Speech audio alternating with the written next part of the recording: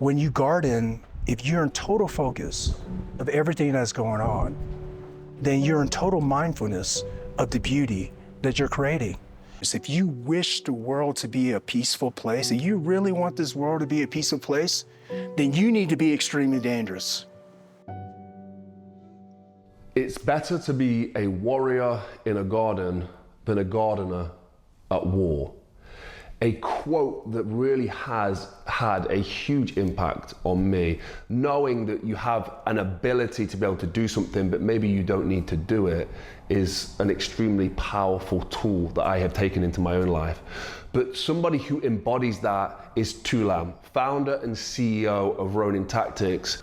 Tulam is the embodiment of this quote. And today I am with Tulam talking about his Zen Garden and the contrast between the two and why it's so important to have both. Today's video was made possible with Mulliganbrothers.com, where you can get the ironically named Not a Journal, which is a no bullshit approach to journaling, a journal I designed 6 years ago, and it helped me so much in life that I decided to release it to the world. And we can't thank you guys enough for the success of this and your feedback. We're really excited to be getting so much love from this, so thank you to everybody. The link in the description is where you can get them, where all the profits go back into creating this content. But before that, this video here talks about one side of the vicious, powerful warrior and the other side of the tranquil, peaceful mindset, and how both of these things can live in harmony together. This is Tulam, founder and CEO of Ronin Tactics, talking about his Zen Garden. Let's jump into the video. Okay, we'll just start with the story of the Desert Rose. Well, you know, about 6 months ago, I went back to Fayetteville, North Carolina, my hometown, and I was giving a speech to the newly graduated Special Forces class. I was invited back by the Special Forces Regiment, and a huge honor, you know, a huge honor. And during this visit, you know, two folds was that I got to visit my mother, my beautiful, beautiful mother. My mother, you know, she possessed strength, you know, truly the spirit of a tiger, and she taught me what it means to live a strong life. You know, she had these desert roses in my grandmother's home. These desert roses were when my grandmother was still alive, handed down to my mother. And my mother knew that I love, I love plants, I love flowers. And the reason why is because, you know, when I was growing up, I was very defiant, you know, I always questioned my mother. And she loved it because my punishment was yard work, right? And my mother had the most beautiful yard because I kept on getting in trouble, right? That's what happens when you're a hardhead. But my mother knew how to cultivate me, you know, and in time, I tell you, I love gardening. And it's within samurai culture, you know, to garden. But when my mother, you know, taught me gardening and landscaping, she has a beautiful Japanese backyard. But the thing was, it grew in me so much that when I was deployed overseas, that, you know, in some of Saddam's palaces, you know, in Iraq, we would manicure the lawn, you know, beautiful lawn. And I would grow flowers, you know, in a war zone. And it's because of my mother. It reminds me how beautiful my mother is. And when I came home, I was looking at this beautiful desert rose in my grandmother's home. And my mother told me the story behind her. And then she cut the branches off. It was so beautiful, it was blooming. She cut the branches off and she pulled it off, and then she wrapped it up. You know, she wrapped it up, and then she said, I want you to take this home. You know, and now it's blooming, it's spring, so the desert rose is blooming. And what a beautiful flower, because, you know, it blooms these desert roses, and it's so beautiful. And what I love about the desert rose is, you know, this beautiful flower is able to withstand, you know, the hardships of the desert. So, beautiful desert rose from my mother. In terms of gardening and maintaining the garden, you have your own Zen garden, and I'd love to know what that means to you, and how people could create a place like that for themselves as well. You know, the samurai, in samurai culture, it's about having a Zen garden, right? Because, you know, a warrior, and, you know, a samurai is diverse in education, diverse in the abilities to be a warrior, the weapon handling skills, the tactics, the strategy.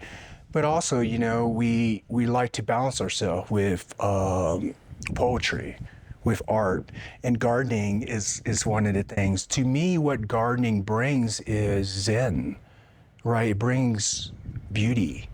In this world, don't you wish to leave what is beautiful? You know, don't you want to come in this world and leave this world leaving something that's beautiful?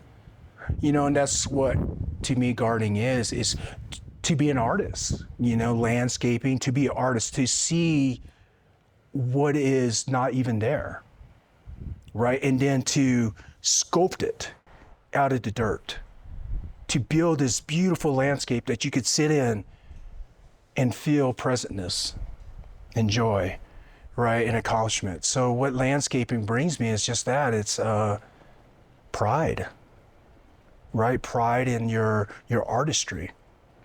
And for me, landscaping and gardening, it's the twofold ways of a samurai.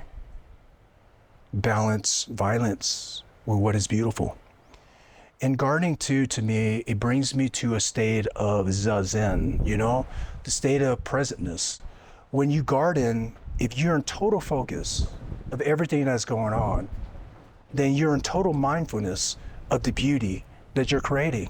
So that's what gardening does, right? It creates beauty, and you're so mindful of this beauty, and you're creating what is art, and you're giving that to the world, creating more beauty in the world, right? So gardening is a warrior culture. You think about even in the Spartan culture, you know, in the knight culture, into the samurai culture, you know, they talk about farmers. You know, so when warriors in the past will fight past wars, they'll come back and they'll farm, because one of the healing process, I feel, is that we connect with the earth. We connect with the universe, and gardening allows us to do that. So in your Zen garden, there are the ripples, and you have your own philosophy around that, and I'd love to hear that. You know, in my Zen garden, in a Japanese Zen rock garden, you know, you have your different sizes of rocks, your different textures of rocks, you know? And for me, when I designed it, the bigger rocks was what I perceive as land. And the thinner rocks that I could mold was what I perceive as water, you see? So when I draw my water, it depends on my mood, right? And if you look at my garden, in any Japanese garden, you'll see a structure, and then you'll see a ripple around that structure. So to me, what it means is in one lifetime, we're given one life in this universe. How many people can you touch? How much ripple effect can you cause on this world to affect the others and help out others, right? So in my Zen garden, I have the ripples around the structures, the art, the plants, the rocks. And it reminds me, when I meditate, the ripple effect. Each human being, each person affects others. And the ripple effect can allow us to live in a kinder world. In terms of, I don't know if it has any carryover, so you'll be able to tell me, but we spoke about as well, well, it does have carryover, the flow. You know, we've got the stones that represent the water, and it flows through the garden. We speak about Bruce Lee, and the word flow comes up all the time. I'd love to just hear your opinions on that. Well, to me, gardening is an expression of oneself. And, in Taoism is to live in harmony with the universe. So in my art, I express that through my gardening, to flow with the universe. And to flow with the universe is to take the elements of earth, water, wind, right, ground, and fire, and then you implement all these into the Japanese garden, right? So for me, the flow of things is just that. It's the flow. It's like, we are an entity that's flowing through this universe. And if you go against the universe, if you go against the flow of the universe, then the universe will punish you back in karma, right? If you flow with the energy of the universe, right? Let's just say the energy of the universe is to be kind to others, show gratitude. And then you flow with the universe, and you're like, fuck you, man, I hate this, well, you're going to live in a life of suffering because you're going against the flow. So in Japanese gardening, it illustrates that, the flow and the harmony with nature and creation and the universe, So when you sit in this place, first is your art, right? But when you sit in this place, you should feel all of the elements in one place. And another thing, I think we're doing a breakdown of the garden at this point, but you've got the yin and the yang. And it's one of the things that really interests me about the way you lead your life is that you have this brutality almost, the way that you perform these moves and these the gun movements. It's so violent and brutal, and then you have this peace on the other side. And how do you find balance in that? How can somebody find balance in that? There's an old Chinese story of a master and a student. The master walks the student through this garden. It's a beautiful garden, And the student looks at the master. As the master says, "What a beautiful morning," to the student. "What a beautiful morning." And the student looks at him puzzled and say, "Master, you talk about beauty, and you talk about being kind and compassionate, but yet you teach us all the ways of violence." The master smiles at the student, and he kneels down, and he plucks this beautiful flower, and he reminds the student that it's better to be a warrior in the garden than a gardener at war.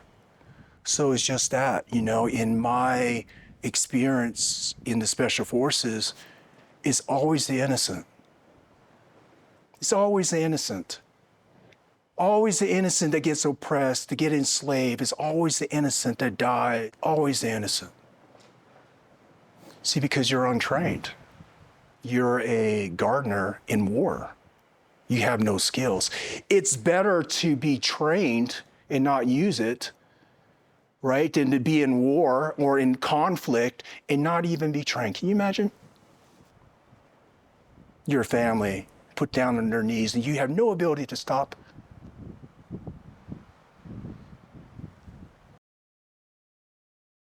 How you reconcile the two is if you wish the world to be a peaceful place, if you really want this world to be a peaceful place, then you need to be extremely dangerous.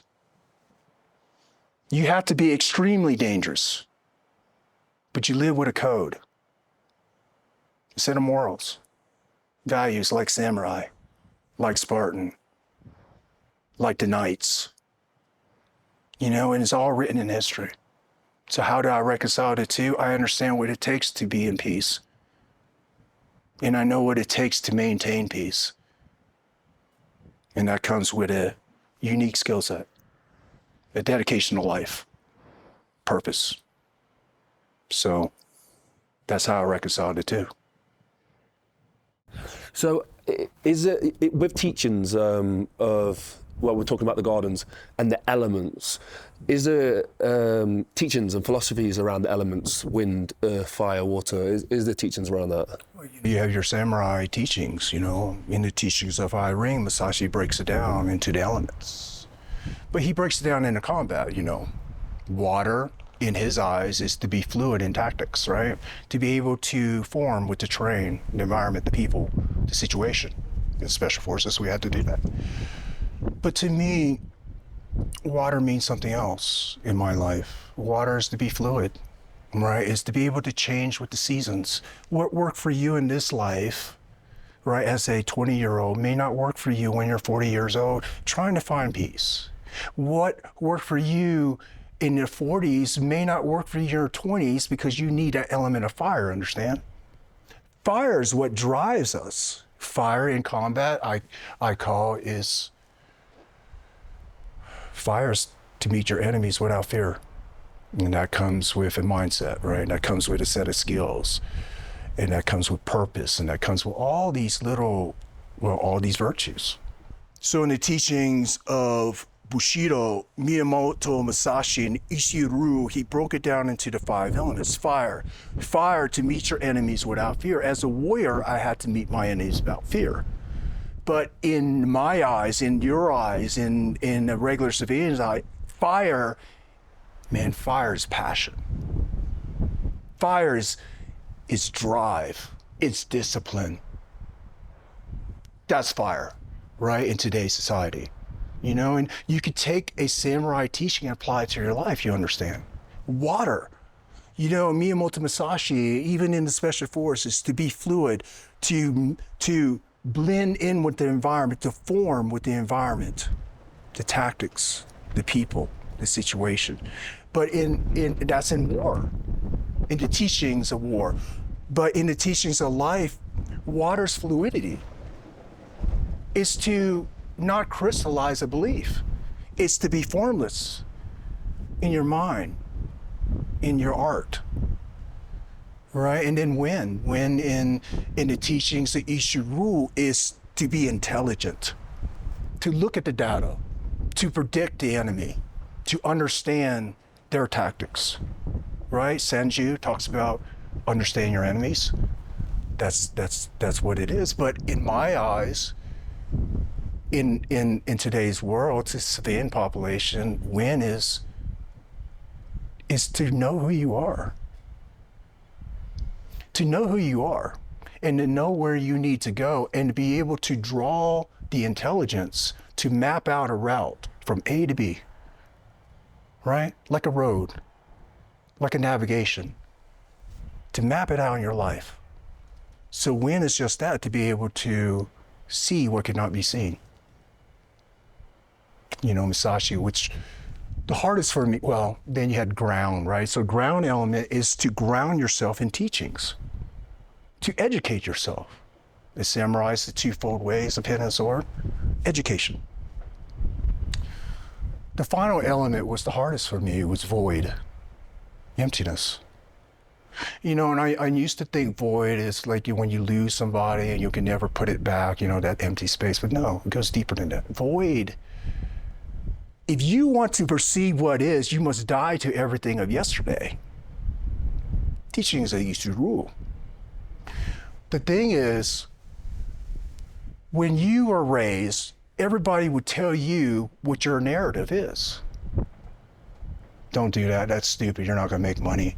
That's stupid. You shouldn't do that. You're going to fail. You're a dumb kid. Nobody likes you. You understand? That's other people's narrative.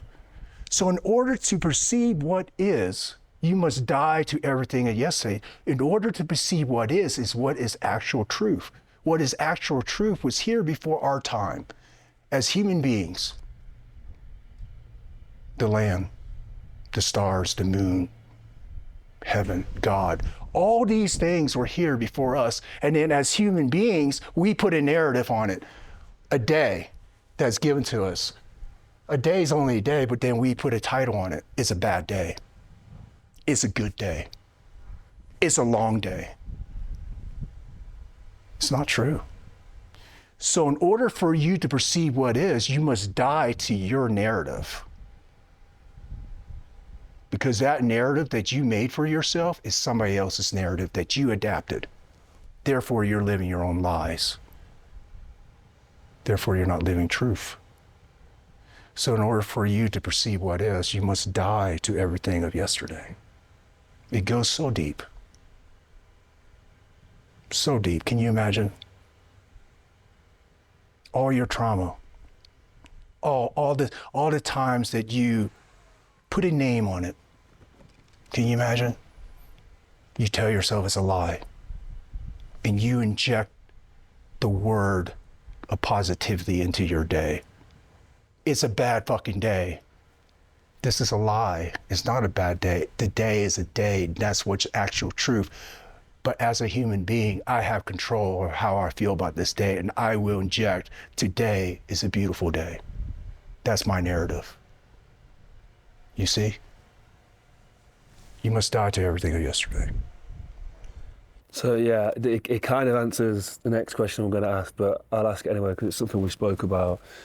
When you're at that stage, which you've said you were there at one point as well, where you're in the anger, even rage phase of the other side of trauma. Like, and for me, when I've been there, it's felt like I've wanted revenge, and it's been that almost created a fire for me. Like that was that fire energy for me that motivated me. But how do you overcome it? How do you get to the other side of that rage? You have to, I talk about the dragon, the koi fish going up to enlightenment. You know what that means? You change your life with the renewing of one's mind. It's your choice. You can continue to go and somebody says something about you and you get angry, you're drinking their poison. They're not even around you. Let's just say you work really hard on this project and this video and you're really proud of it, and then somebody looks at it and say, it looks like shit. They had nothing to do with it. That's their narrative. It has nothing to do with you. So the thing is, let's just say somebody insults you and you get very angry. What's that have to do with you? See, the thing is that we live life with expectations, and that's driven off of ego. Why ego? Let's just talk about that. If somebody insults you, why are you don't even know them? Why would you get angry? Ego. It's such a powerful thing. And that's tied to hate. That's tied to greed. That's tied to all your sufferings. You must die to your ego. And it takes work. So when somebody makes you angry and you go around in your office and you're spreading your little rumors and your little narrative of what you think it is, it's not even true. But you're going around, you're spreading this. Do you feel better? Do you feel better? You don't even feel better. You linger that on to the night because you're drinking your own poison. He's not even around. And then a week from then, you're still thinking about the same shit, so you're suffering for no reason due to your own self. You don't stop hate, right? With more hate. You change that by changing the elements. And the strongest power, look, man, I've been around the world, right? And I've been in some of the worst places. The strongest power I ever seen was love.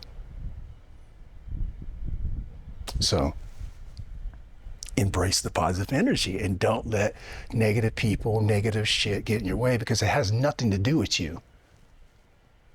Control your emotions. And in doing so, you free yourself from your own sufferings.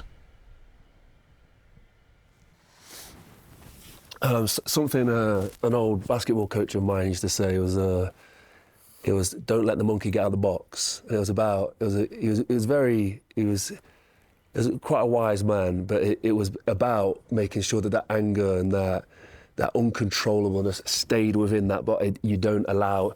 So you just talked about controlling your emotions. I mean, what kind of practices can we do to achieve that state of being where we don't react? First, you got to ask yourself, who are you? Who do you want to be? You want to let that bother you? Who do you want to be in life? Right, and let's just say you make a choice like, I really don't want to be this person anymore. And that's a seed for change. And then you need to say to yourself this: what's important in your life? Being happy, is that important? So if being happy is important, then why are you taking in negative shit from other people? Right? It has nothing to do with you. See, and that's the thing. It goes back to the same shit. It's like, you can't let it go because your ego. You can't let it go because you keep on talking about it. You can't let it go because you let it manifest in your brain, because you don't have any ability to control it.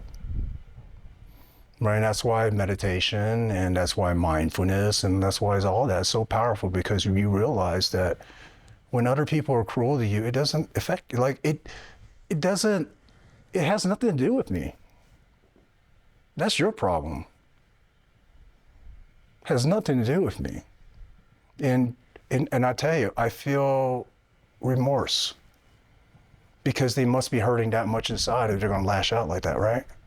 So the thing is, like, when you work on yourself, then you'll be more compassionate and you look at things different.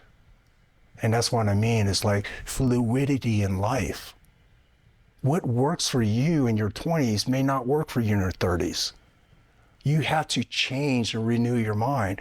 And that goes with who you want to be in life. It starts with that question: who do I want to be? And if I want to be a better person, why reflect on this negative thing? So change your mindset. How do you distinguish between, because I like what you said there, but I creep into the idea of almost suppressing emotions around trauma. How do you not allow it to be suppressing trauma, but also letting it go? Oh man, I suppressed trauma all my life. Let me tell you how the mind works, The analytical mind is not even developed. Analytical mind is what's right and wrong, deciding what's right and wrong. The analytical mind is the narrative on how you process things. That's not even developed until you're 7 or 8, Up until then, there's no analytical mind. What is you see goes straight into your subconscious, your database, your history. Your subconscious, 95%, And as I raised, I suppressed it all. I suppressed everything. And in the end, when you suppress everything, it stays within you. Those voices will get louder. You can't suppress it. The voice will get louder. And the older you get, the louder those voices will get. So the thing is, you have to change the way you look at things, and you have to apply discipline. You have to understand neuroscience and how things work. You have to understand that we're programmed with a 200,000 plus years brain, same hardware. And what you're going to expect the externals to change for you? How ignorant, how egotistical, right? To have expectations on other people, expectations on things outside your control, and then getting upset because it didn't happen your way. Well, that's because that's a piss poor mindset to have,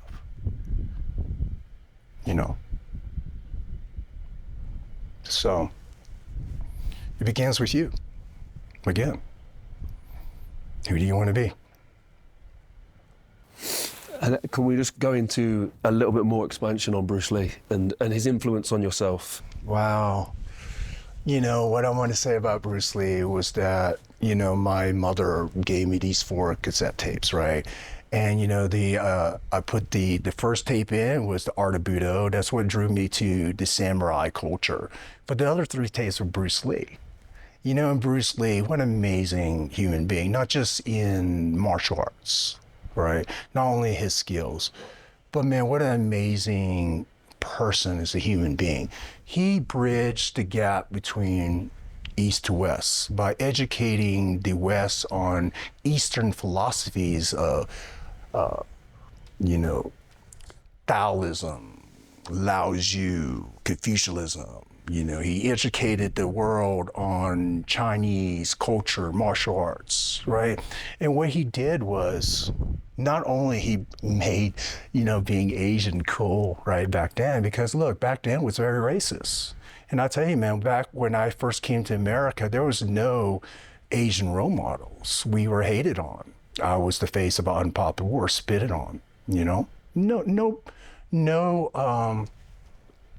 remorse, no respect for our culture. Bruce Lee made it cool. So, you know, my mother, she would take us to the local library.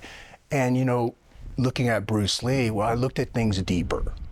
Why does he say what he says? Why so deep in philosophy? And what I think what made Bruce Lee so amazing to me as an artist is that he was able to take all these philosophies from all these teachers in the past, philosophers, you know, dating back to 500 BC. He takes all this Musashi even teachings and he gave it to the world. So beautiful.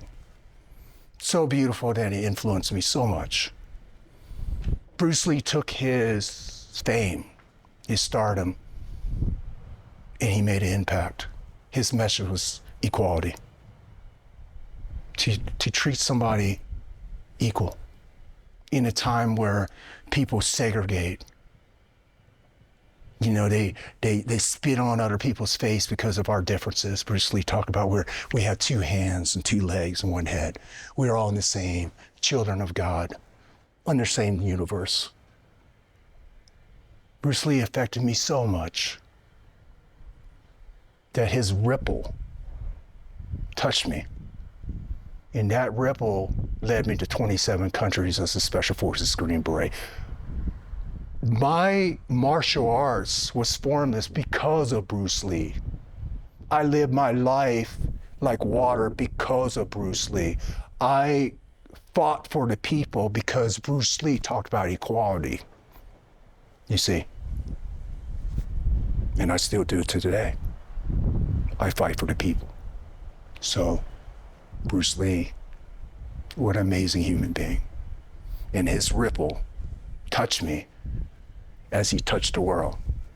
And because his ripple touched me, I went to 27 countries fighting, freeing thousands from slavery, oppression. So from one man, he touched thousands. What an amazing spirit, no amazing soul. Bruce Lee. Your ripple, you know, Bruce Lee's done that, and we spoke a little bit there about the ripple effect that you've had. Where does that spread to after that? Like, where do those ripples, those people you've affected, did they then have a ripple that spreads out even further? Yeah, you know, when you affect one person, they want to change. They're going to work on themselves. You know, look, Confucius said, if you want the world to be a better place, it starts with you. And if I touch somebody, then they can reflect on themselves.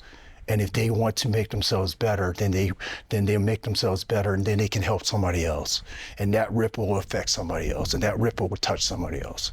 So the thing is just that, is that for me, I realized at a young age, because Bruce Lee affected me. He touched me. He touched me about equality.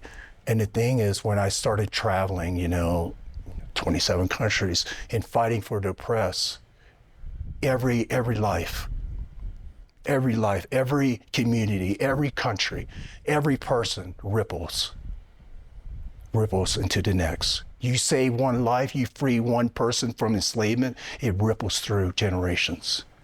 And in time, if we live this way, won't we have a better world?